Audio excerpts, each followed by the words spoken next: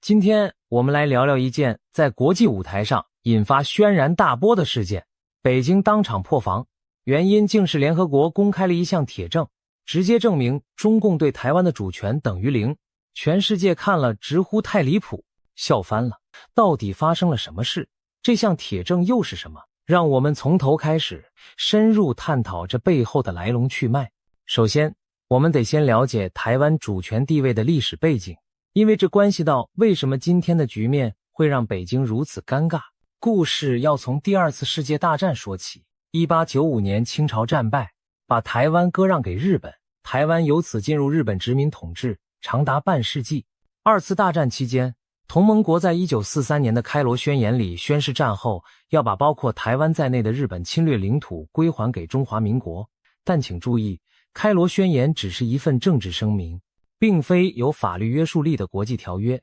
1945年日本战败投降时，接受波茨坦公告的条件之一就是履行开罗宣言的条款，日本放弃对台湾的权利。然而，当年日本投降后，台湾是由同为盟国的中华民国政府代表盟军托管接收的，俗称台湾光复。台湾民众欢欣鼓舞，以为回到了当时的中国，但事实上这只是暂时安排。法律上，台湾的主权归属还没有最终定论，需要通过战后正式的国际条约来决定。那么，真正决定台湾地位的条约是什么呢？答案是1951年签署的旧金山合约。在这份同盟国与日本签订的和平条约中，日本正式放弃对台湾、澎湖等地的一切权利。权利名义与要求，听起来台湾像是应该还给中国了，对吗？但是重点来了，条约中没有写明日本放弃后将台湾交给哪个国家或政府。换句话说，台湾的主权归属在这份国际条约里被刻意留下了一个问号。由于当时中国内战局势动荡，新成立的中华人民共和国政权没有受邀参加合约谈判，而中华民国虽然派代表出席，但最终没有签署合约。取而代之的是隔年与日本签了另一份中日合约，也称台北合约。但台北合约也只是重申，日本放弃台湾并未明确台湾归属，而且因为只有战后留在台湾的中华民国政府与日本签约，中华人民共和国根本不承认这份合约的效力。结果就是在国际法上，日本放弃了台湾主权，可台湾主权并未明定移交给任何国家。这就是著名的台湾地位未定问题的由来。台湾最终的政治地位没有在二战后立即被法律文件明确，处于悬而未决的状态。这对中共而言可是一件不愿面对的尴尬事实。然而，中华人民共和国，也就是今天我们简称的中国或北京当局，自1949年建政以来，始终宣称台湾是中国神圣领土的一部分，从未放弃对台湾的主权要求。中共的论述经常提到抗日战争胜利和台湾光复，他们说因为中国打赢了日本，台湾在1945年已经回归祖国，并且宣称这是确立中共对台湾主权的历史起点。但细究起来就会发现矛盾，1945年接管台湾的是中华民国政府，不是4年后才成立的中华人民共和国政权。也就是说，北京当局所谓光复台湾、恢复行使主权，是国民政府完成的事，而彼时中共还躲在延安的山沟沟里呢。中共把历史上中华民国代表中国收复台湾的成果偷换概念，变成好像是自己收复了台湾，这其实站不住脚。何况二战后真正具有国际法约束力的旧金山合约明明白白告诉全世界，日本放弃台湾，但台湾归属未定。所以从法律层面看，中共并没有因为抗战胜利就自动取得台湾的主权。北京习惯性地引用开罗宣言和波茨坦公告来主张台湾归还中国，却只字不提这些文件都不是正式条约，也不提旧金山合约中台湾主权的不确定安排。中共迄今对外宣传时，常常回避讨论旧金山合约，因为这份国际条约实在是戳破他对台湾主权主张的一根致命刺。接下来，历史剧情迎来新的转折。二战结束后，国共内战持续，到了1949年，中华人民共和国在大陆成立，而中华民国政府撤退到台湾。从这一年开始，其实就形成了两个政权分治海峡两岸的局面，一边是北京的中共政权，一边是台北的中华民国政府，两岸互不隶属，各自管辖自己实际控制的领土，这是客观现状。然而在政治宣称上，双方都曾坚持自己是代表全中国的唯一合法政府。北京坚称台湾是中国的一省，而台北当局当时也不甘示弱，强调自己才是中国正统政权，认为大陆沦陷区迟早要光复。冷战格局下，多数西方国家起初仍承认台北的中华民国政权代表整个中国，毕竟中华民国是二战战胜国之一，在联合国创始会员国中也占有中国代表席位。于是从1949年到60年代，台湾的中华民国政府一直占据着联合国的中国代表权，而北京当局则被排除在联合国之外。这种情形对中共当然是咽不下这口气的，他们号称解放了10几亿中国人民，却在联合国没有一席之地。而蒋介石领导下的中华民国虽然退守台湾小小一岛，却还坐在联合国安理会5常的宝座上，这在北京眼里无疑是奇耻大辱。中共花了很长时间谋划重返联合国。在50、60年代，每年联大上都会讨论中国代表权问题。当时美国等国为了保护台北当局的席位，想出一招，把这项提案列为重要问题，需要联大2/3多数通过才能更改。这个程序上的技巧一度成功阻挡了北京取代台北。不过随着国际形势变化，60年代末开始风向转变，越来越多第三世界国家和亲共国家支持北京。尤其1971年可谓关键中的关键，这一年美国自己都决定与中国关系解冻，尼克松政府偷偷派出了国安顾问季辛吉访华，加上越战泥淖和国际反殖民浪潮的影响，支持北京的联合国会员国数量大增。于是在1971年10月，联合国大会通过了历史性的第2758号决议。这份决议由阿尔巴尼亚等友好中共的国家提案，其内容用简单话说就是恢复中华人民共和国在联合国的一切合法权利，承认中华人民共和国政府的代表是中国在联合国组织中唯一合法代表，同时立即把蒋介石的代表从其在联合国及所属机构非法占据的席位上驱逐出去。决议表决结果是赞成76票，反对35票，弃权17票。中共终于如愿以偿取得了中国的席位，而台北的中华民国代表团黯然离场，退出了联合国。这正是北京常说的联合国承认一个中国原则的来源。然而问题的症结也正在这里。2758号决议虽然解决了中国在联合国代表权的问题，但通篇没有提到台湾2个字，更别说宣告台湾主权归属了。他只字未提台湾的地位问题，因为决议讨论的核心是谁代表中国这个席位，而不是定义中国的版图范围。对北京而言，这其实是一个极为尴尬的缺憾。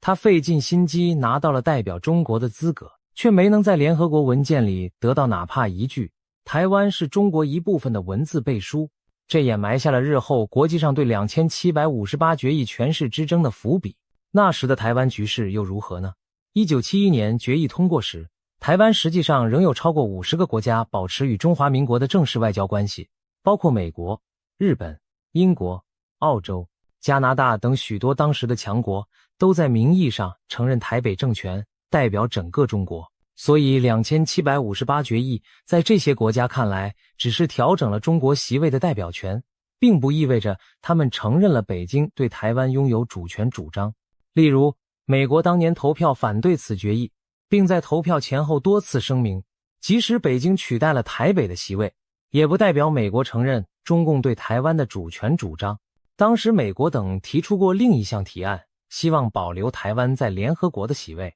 所谓双重代表权方案虽然最终未能通过，但也清楚显示许多国家认为台湾问题应与中国代表权问题分开处理。遗憾的是，台北当局在决议表决前选择自行退出大会，拒不接受席位降级的折中方案，导致台湾从此长期缺席联合国这个舞台。这一退出使得北京在国际上更加卖力地宣称联合国已经通过决议确认了台湾是中国一部分云云。然而这其实完全是中共单方面的政治宣传，与2758决议的原意大相径庭。决议只是让北京成为中国的代表，但并没有授权北京代表台湾人民。台湾2300万人的席位依然悬空在联合国体系之外。这意味着中共虽然坐上了中国的席位，却并未获得哪怕一纸联合国公文来证明台湾归他所有。那么这些年中共究竟是怎么做的呢？他当然不会老实承认决议没说台湾属于他，而是开始了一场长达数十年的叙事扭曲战。北京当局对内对外不停灌输2758号决议彻底解决了包括台湾在内的整个中国在联合国的代表权问题，确认了世界上只有一个中国，台湾是中国一部分等等。甚至中国还透过外交压力，让联合国秘书处在日常文件中将台湾称作中国的一个省。例如，联合国统计或相关机构在列出世界各地区时，常会把 Taiwan Province of China 台湾中国的省作为台湾的标示方式。这些做法使得许多人误以为联合国官方早有文件认定台湾隶属于中国，但实际上这些称呼并非经由会员国投票通过的正式决议，而更像是北京透过其一中原则对国际组织施压后形成的惯例用语。在法律层级上，这种内部文件用语的调整根本无法改变台湾主权未定的事实。要知道，联合国大会的正式决议才具有国际法效力，而2758决议压根儿没定义台湾地位，这才是铁一般的事实。中共宣称所谓国际共识、联合国定调，只不过是他常年对外话术的堆砌。真正翻开联合国当年的文件，却发现台湾根本不在列。北京把别人没说过的话强行按在联合国头上，所谓台湾是中国不可分割的一部分，那句话你在任何联合国正式决议文本里都找不到。这让人想起童话故事里国王的新衣，北京自信满满，炫耀联合国给他披上的合法外衣，结果聪明人一眼就看穿，你其实什么都没穿吧。这些年来，其实中华人民共和国心里也有点虚。当年联大2758决议过后，周恩来总理曾要求美方不得再提台湾地位未定这回事。美国迫于和中国关系破冰的需要，一度在外交辞令上收敛了对台湾地位问题的讨论。但是台湾主权未定论在学界和国际法界一直都存在，许多历史档案清清楚楚地记录了各国当年的看法。例如，就连周恩来本人在和美国高层私下谈判时，也不得不承认旧金山合约让台湾地位处于开放状态，美英等国对台湾的主权归属保留态度。只是周恩来对外绝不承认这点，还痛骂当时国际上流传的台湾地位未定，说是荒谬的逆流。北京长期试图用政治强势去掩盖法律上的薄弱环节，但谎言重复千遍也不会变成事实。今年适逢抗战胜利暨台湾光复80周年，中共更是大办纪念宣传，反复强调台湾自古属于中国，二战后台湾已回归祖国，国际法里铁证如山。他们的所谓铁证，无非就是开罗宣言、波茨坦公告以及联大2758号决议。但是我们上面已经抽丝剥茧，把每一项都分析过了。开罗宣言只是宣誓，不具法律约束力；波茨坦公告是对日条件，也没有直接把台湾给谁。联大决议讲的是中国代表权，和台湾主权没有关联。一提到真正的关键旧金山和约留白这一茬，北京就装聋作哑不敢提，因为他清楚提了就等于揭自己短。所以你看，北京声称的联合国铁证其实根本站不住脚，反倒是国际社会最近开始正视并公开真正的铁证，那就是联合国自己保存的决议文件与战后条约清单，都证明中共从未获得过台湾主权。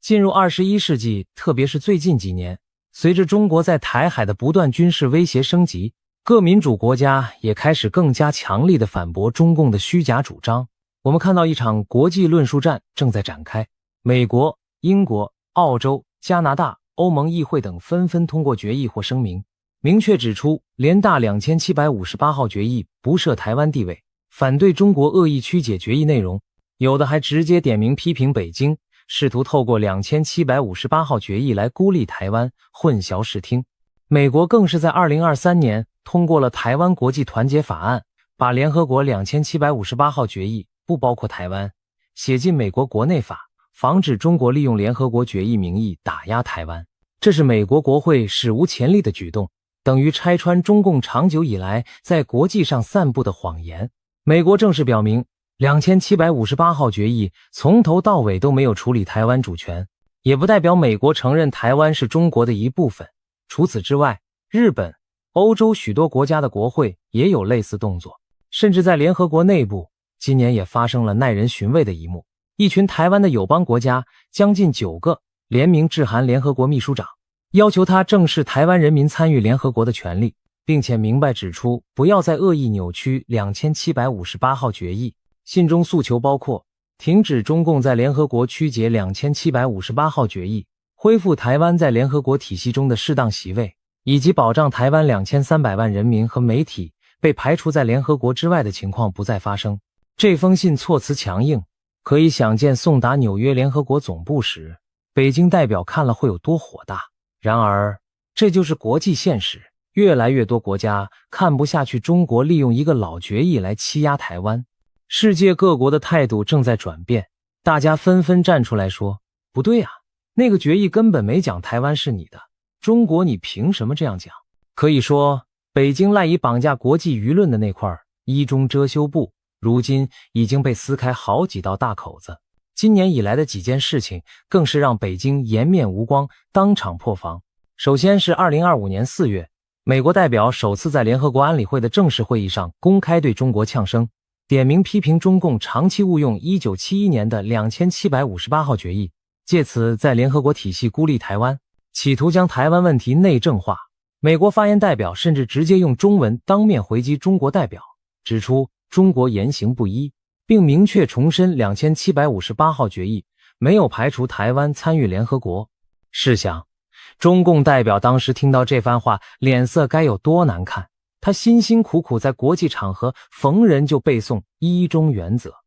结果美国人一句话就把决议真相拆穿，而且还是用他听得懂的中文讲的，这不是当众揭短是什么？有人形容当时北京代表的脸色恐怕从红转白又转绿，气得牙痒痒，却无法当场反驳。毕竟美方讲的是大实话，决议根本没说台湾不能参与，这是无可辩驳的。而在联合国最高殿堂安理会公开被美国这样指责中共欺瞒国际，这可是史无前例头一遭，北京当场破防也就不奇怪了。无独有偶，就在2025年11月的一场联合国例行记者会上，北京又碰了一鼻子灰。当天，中国央视的随团记者向秘书长发言人提问，问题带有明显的诱导性。他问联合国官方文件2758号决议中的正式用语仍然是老台湾是中国的一省，这是正确的表述吗？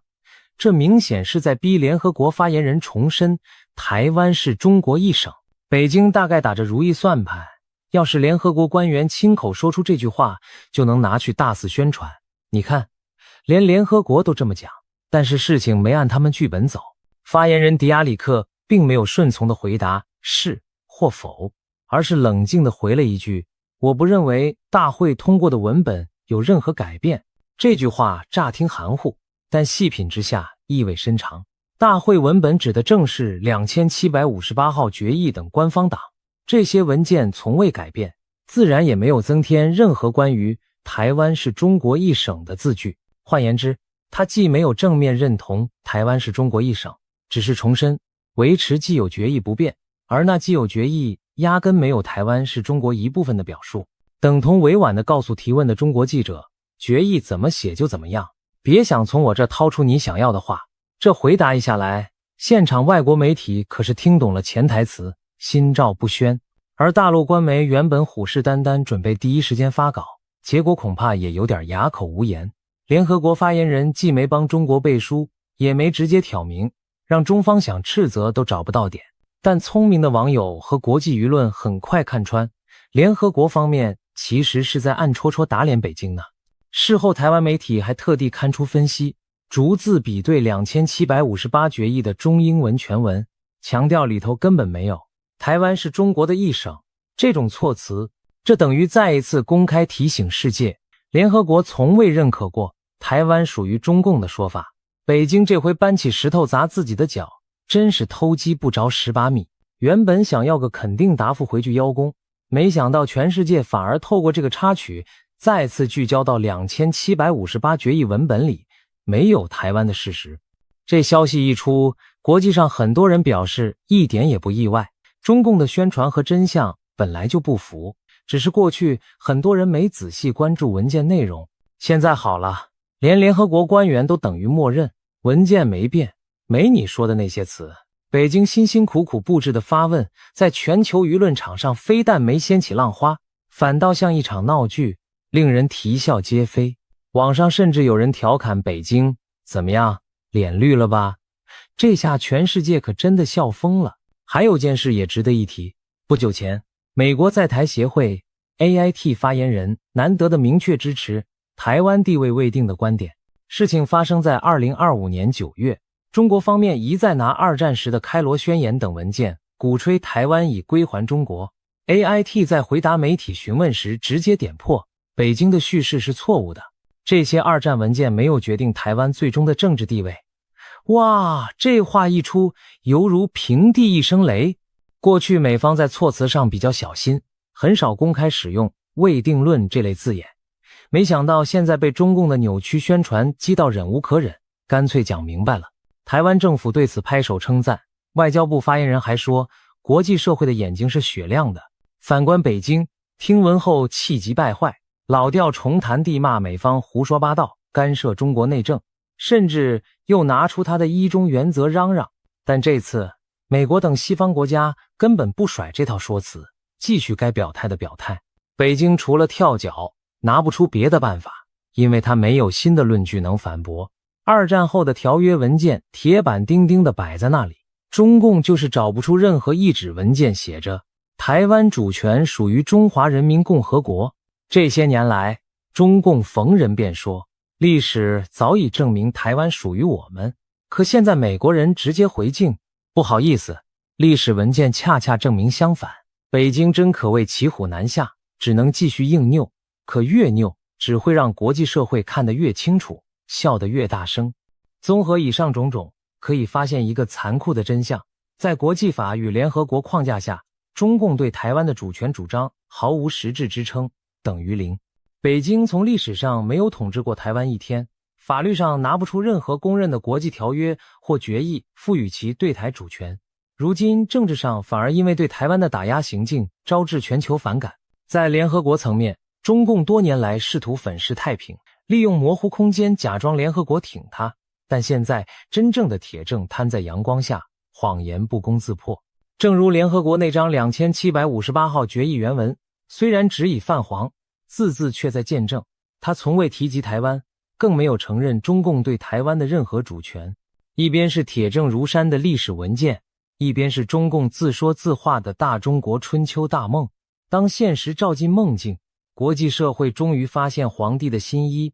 不过是场幻觉。北京可以继续嘴硬，但越来越多国家的表态显示，他们不愿再被中共牵着鼻子走。21世纪的今天，台湾已是一个拥有2300万人民、民主繁荣的实体。不论国际法技术上如何回避，它在道义和事实上都是一个与中国截然不同的存在。中共对这块他从未治理过的土地大呼小叫，说到底只是为了实现统一中国梦的意识形态执念罢了。可是世界各国心里有数，这是中共自己的政治目标，从来不是联合国赋予他的权利。难怪当联合国的铁证一亮出来，全世界看北京的眼神都变了，原来你啥也没有啊。不少国际媒体和学者也开始直言，中国对台湾的主权声索缺乏合法基础，连一些过去模糊其词的政府现在都敢公开表示台湾地位未定，反对片面改变现状，就是因为事实逐渐获得共识。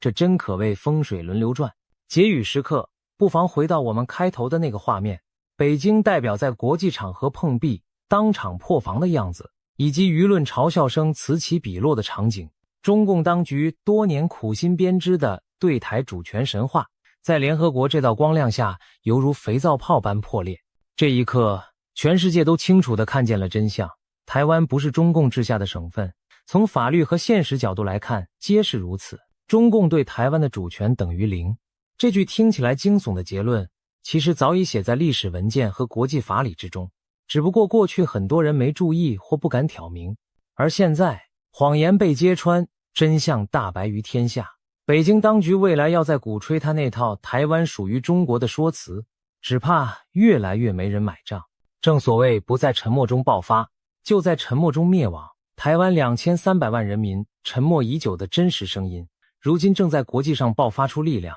而中共那套欺人欺己的剧本，终将在真相与正义的光照下走向破灭。今天的讨论就到这里，历史自有公论，我们拭目以待，未来会如何发展？但可以肯定的是，真正的铁证永远胜过千百遍的谎言，而真相终将取得胜利。